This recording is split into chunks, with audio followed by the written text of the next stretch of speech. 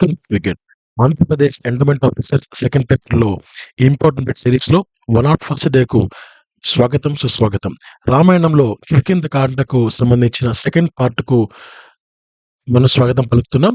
So Kishkindha కాండలో ఇప్పటిదాకా 40 bits పూర్తయ్యాయి and ఈ వీడియోలో మరొక 40 బిట్స్ని నేను మీకు అందించబోతున్నాను.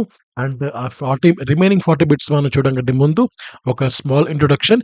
ఎవరైతే ఈ వీడియో ఫస్ట్ టైం చూస్తున్నారో వారి కోసం మాత్రమే.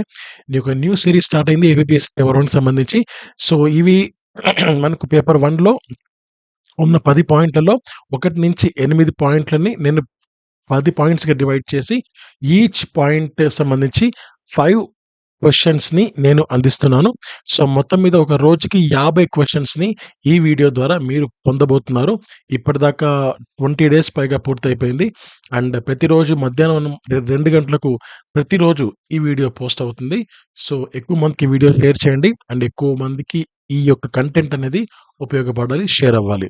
Thank you so much. And ఈరోజు కిష్కింధ కాండకి సంబంధించిన సెకండ్ పార్ట్ బిట్స్‌లోకి వెళ్దాం. ఇందులో ఫస్ట్ క్వెషన్, వాలి సుగ్రీవుని మీద కోప్పడటానికి కారణం ఏమిటి? ఆన్సర్, మాయాసురుని గుహ యుద్ధంలో తలంపుల పాటు. వాలి గుహలో పోరాడుతున్నప్పుడు సుగ్రీవుడు ఏం చేశాడు? వాలి చనిపోయాడని అనుకొని గుహ మూసేశాడు. వాలి గుహలోంచి బయటకొచ్చిన తర్వాత సుగ్రీవునిపై ఏం అనుమానించాడు? ద్రోహం చేశాడని. వాలి ఏ శాపంతో బాధపడుతున్నాడు? ఇతరుల భార్యను అన్యాయంగా స్వీకరిస్తే మరణించాలనే శాపం. రాముడు వాలిని ఎందుకు ఎదుర్కోలేదు? వాలి రామునితో నేరుగా యుద్ధం చేయలేదు. సుగ్రీవుడు మొదట రాముని శక్తిని పరీక్షించమని ఏం కోరాడు? ఒక మహాద్రుమాన్ని విరమని. రాముడు సుగ్రీవుడు సందేహం తీర్చడానికి ఏం చేశాడు? మహాద్రుమాన్ని విరిచాడు. సుగ్రీవుడు వాలితో మొదటిసారి పోరాడినప్పుడు ఏమైంది? ఓడిపోయాడు సుగ్రీవుడు. సుగ్రీవుడు ఎందుకు ఓడిపోయాడు? రాముడు ఏం చెప్పాడు? వాలి సుగ్రీవుడు ఒకేలా ఉండడంతో గందరగోళం అయిందని. రెండోసారి యుద్ధంలో సుగ్రీవుణ్ణి గుర్తు చేసేందుకు రాముడు ఏం చేశాడు? సుగ్రీవుని దేహానికి పుష్పమాల వేశాడు. తర్వాత వాలి మరణం తర్వాత తార ఎలాంటి భావంలో ఉంది? దుఃఖం, ఆవేదనతో. తార రామునికి ఏం అభ్యర్థించింది? వాలి మరణానికి కారణం చెప్పమని. అంగదుడు వాలి మరణానికి ఎలా స్పందించాడు? కోపంతో, ఆవేదనతో స్పందించాడు. అంగదుడు ఎవరు? ఈ వాలి యొక్క కొడుకు. రాముడు అంగదుణ్ణి ఎలాగా ఓదార్చాడు? ధర్మం, కర్తవ్యాన్ని వివరించి.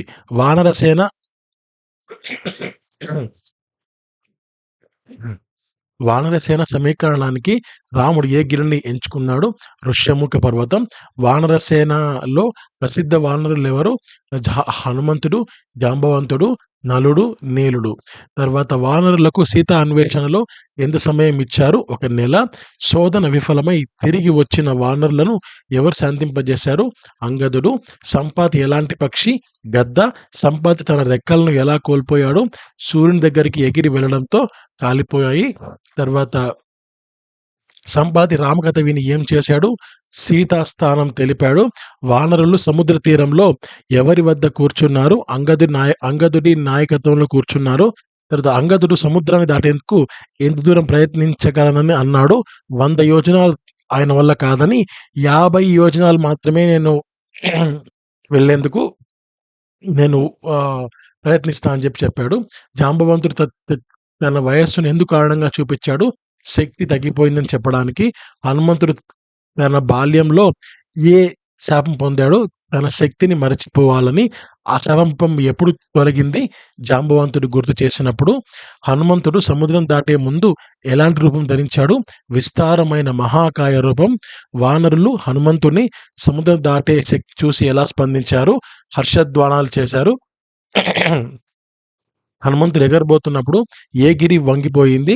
మహేంద్ర పర్వతం. హనుమంతుడు ఎగిరే సమయంలో భూమి ఎలా ప్రభావితమైంది? ప్రకంపనలతో కంపించింది. తర్వాత వాలి ఎత్తుకెళ్లిన సుగ్రీవుని భార్య పేరేంటి? ఆన్సర్, రుమ. రాముడు, లక్ష్మణుడు కిష్కింధ కాండలో ఎక్కడ నివసించారు? ప్రసరవణ పర్వతంపై. సీత అన్వేషణలో విఫలమైతే ఎలాంటి శిక్ష ఉంటుందని సుగ్రీవుడు చెప్పాడు. 15 రోజుల్లోపు రాని వానరులకు మరణ దండన అని శాసించాడు. సీతమ్మ జాడ తెలిస్తే రాముడు హనుమంతుడిని పిలిచి దేనిని ఇవ్వమని చెప్పాడు. తన అంగుళీయాన్ని సీతకు ఆనవాలుగా ఇవ్వమని హనుమంతుడికి ఇచ్చాడు. తర్వాత దక్షిణ దిశగా వెళ్ళిన ధీరులు గ్రహార్తులై ఏ బిలంలో ప్రవేశించారు? ఆన్సర్ వృక్షబిలం. తర్వాత వృక్షబిలంలో వీరులకు ఆతిథ్యం ఎవరిచ్చారు? మేరు సావర్ణి పుత్రిక స్వయంప్రభ తపస్సు చేసుకుంటూ మహా తేజస్విని అయి వెలిగిపోతున్నది. వారి కథ విని ఆమె వారికి ఆతిథ్యం ఇచ్చింది. సో ఆమె పేరు స్వయంప్రభ. మేరు సావర్ణి పుత్రిక స్వయంప్రభ వానవీరులకు చేసిన మరో మంచి ఏమిటి? వారిని కనులు మూసుకోమని తన తపశ్శక్తితో దక్షిణ దిశలో సాగర తీరానికి చేర్చింది. తీరానికి చేరుకోగానే వానరుల మనస్థితి ఎలా ఉంది? అంతులేని సాగరాన్ని చూసేసరికి వారి ఆశ అడుగంటింది. అంటే పూర్తిగా ఆశ లేకుండా పోయింది. సుగ్రీవుడిచ్చిన గడువు అప్పటికే ముగిసిపోయింది. సీతమ్మ జాడ కానరాలేదు. వట్టి చేతులతో కిష్కిందకు పోలేరు. ఇక మరణమే తమకు శరణమని అంగదుడు అతని అనుచరులు ప్రయోపవేశానికి సిద్ధమయ్యారు.